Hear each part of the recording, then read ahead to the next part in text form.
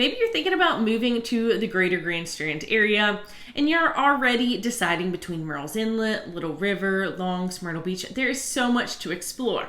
Then you have the next question of whether you're looking for new construction or resale. There are many pros and cons to both. In this video, we're going to go over pros and cons of purchasing a new construction home. Be sure to stick around to the end because I'm going to give you all a bonus tip on how to best navigate new construction and what might be helpful for you.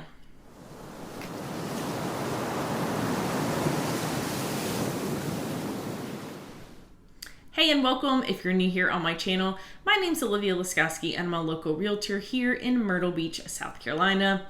If you're here on the channel, then perhaps you're looking to move to the greater Grand Strand area. If so, you are in the right place, and be sure that you're subscribed by clicking that link below. That way you can always see my weekly content. I get calls and emails from folks just like yourself that are looking to move to the area. So whether you're 6 months out or 6 weeks, be sure to reach out. There is a link below in the description that you can schedule a call with me. While the market here is ever changing, so are new construction neighborhoods here along the Grand Strand. We are often invited as a sneak preview to see the neighborhood, the amenities, and what floor plans these different builders are going to have to offer. So often we know about a neighborhood coming before you do, and we are happy to give that insight to you if you are looking to purchase here in the Myrtle Beach area. So I'm going to go over 5 pros and also 5 cons of purchasing new construction here along the Grand Strand. Starting with the pros here, we're coming in at number 5 is that everything is going to be brand new. From your roof to your carpet to your new flooring, everything is new. So you don't have any sort of lingering pet dander from previous owners or anything like that. The builder is also going to go through a new home orientation. So they're going to walk you through the entire house, inside and outside. They're going to note places where there's GFCI outlets, where your water shutoff is, if there is a gas shutoff, all of these important things that you need to know as a homeowner. Typically, the electric panel is going to be where you can find a lot of emergency contacts that would be covered within your warranty that we'll talk about here in a minute. Before the builder turns over the keys to you as the new homeowner, they always have their own cleaning crew come in and do a final clean. This way, when you're moving all your stuff in, you don't have to worry about that added nuisance of having to clean because everything is going to be ready and waiting for you. Next on the list at number 4 is increased building standards. So obviously as time and technology progresses, so have the building standards here in the area. Obviously living in a coastal region, they do have to follow guidelines for hurricane rated windows and doors, and that all is taken care of by the builder. Over time, energy efficiency has really become a thing. So some builders are utilizing spray foam insulation. You'll also see that they're enclosing the air handler in a climate controlled area of the home. All of these have recently come about over the past 5 years here in our area. So as the standards increased, the building has increased as well. You also have the option to get a home inspection too. That way you can ensure that all of these builds are up to code and that we're not missing anything that we can't see with our visible eye. Coming in at number 3 are more customizable options. A lot of the homes here that are sold along the Grand Strand that are built by builders are going to be spec homes. So you don't quite get the option to pick and choose everything, but we do have a lot of these builders that offer semi-custom. So you're able to pick which lot you would like to build on, which floor plan. Do you want to flip the home to have a different elevation, a different orientation? There are so many factors going into this. You can choose a covered porch versus a screen lanai. If you want that gourmet kitchen, or you just your traditional slide-in stove with the microwave over top. There's plenty of options to choose all the way down to tile, carpet, everything. And then even if you go the complete custom route, if you were to buy your own lot and then pick your own custom home builder, of course, everything would be unique to you. Not quite as common in our area, but a lot of folks still take that route if you want to personalize exactly everything from inside to outside down to your landscaping. Coming in at number 2 are builder warranties. So they're typically very similar throughout all of the builders. You typically have a 1, 2, 5, 10. So typically within the first year, you have your 1-year warranty. So lots of times that covers things such as nail pops. If there are little imperfections that come up over time as the house settles, they'll typically come back and touch those up for you. So usually around the 11-month mark, they'll reach out to you. And if they don't, make sure you're reaching out to them, because this is something that you are paying for when purchasing a home. So they'll come through and review all the different things that are happening. They'll submit these claims to the warranty department, and then they'll work on getting those trades out to come to your home to fix these different imperfections. Within the 2-year, they cover the workmanship of the mechanics, such as your plumbing, your HVAC, electrical. So if something were to go faulty with any of those, they'll have their folks come out and service that.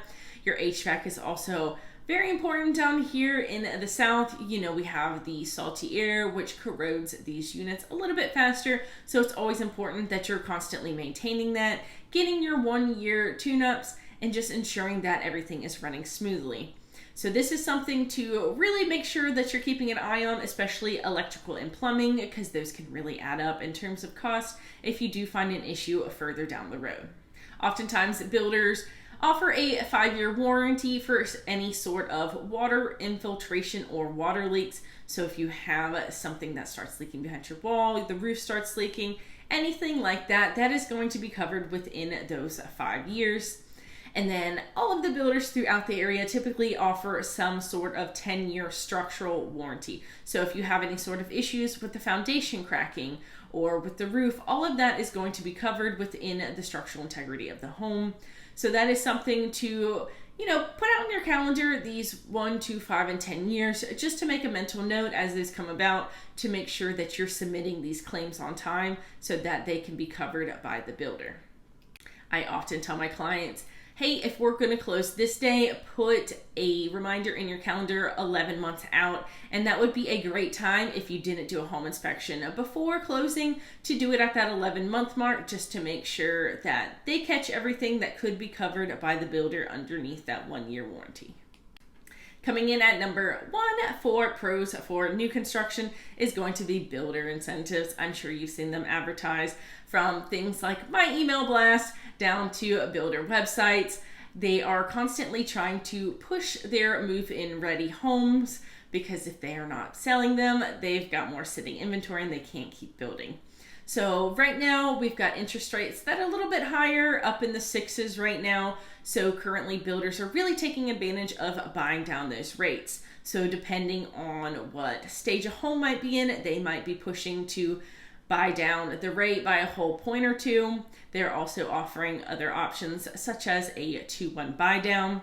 So say the rate right now is 6.99. So the first year they would buy it down 2 points to 4.99.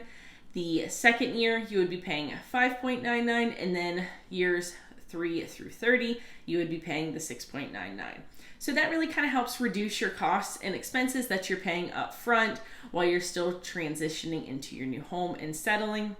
Oftentimes, builders like to help contribute towards closing costs to help pay those extra fees, such as a capital contribution fee and transfer fees that sometimes come along with an HOA.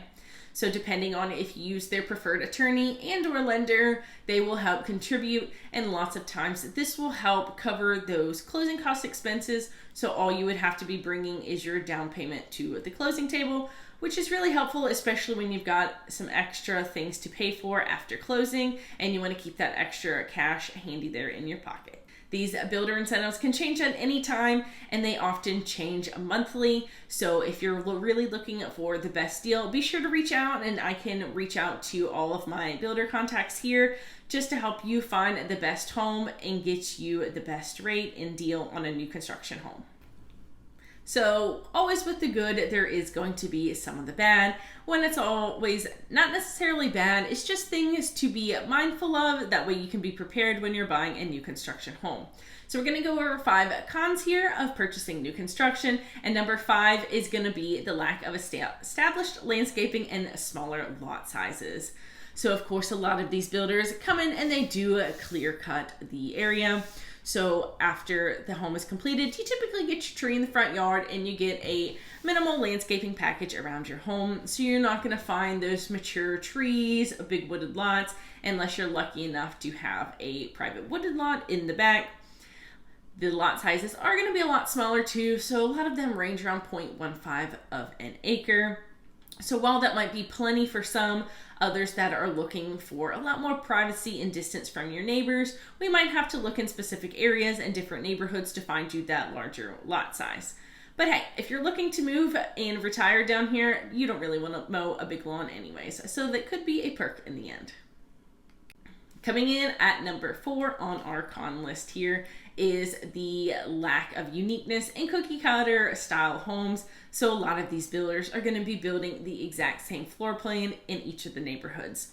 So like a bunch of resale homes, you'll find a lot more unique designs, a lot more unique styles, and a lot of these new constructions, you're going to find the same, 8 to 10 floor plans in these different builder communities, which might be perfect for you if you're looking for that specific floor plan. You've got plenty of neighborhoods to explore that you could find that perfect floor plan in. Coming in at number 3 is some extra fees. So a lot of times with a brand new construction neighborhood, there is going to be a capital contribution fee that is going to be due upfront at closing.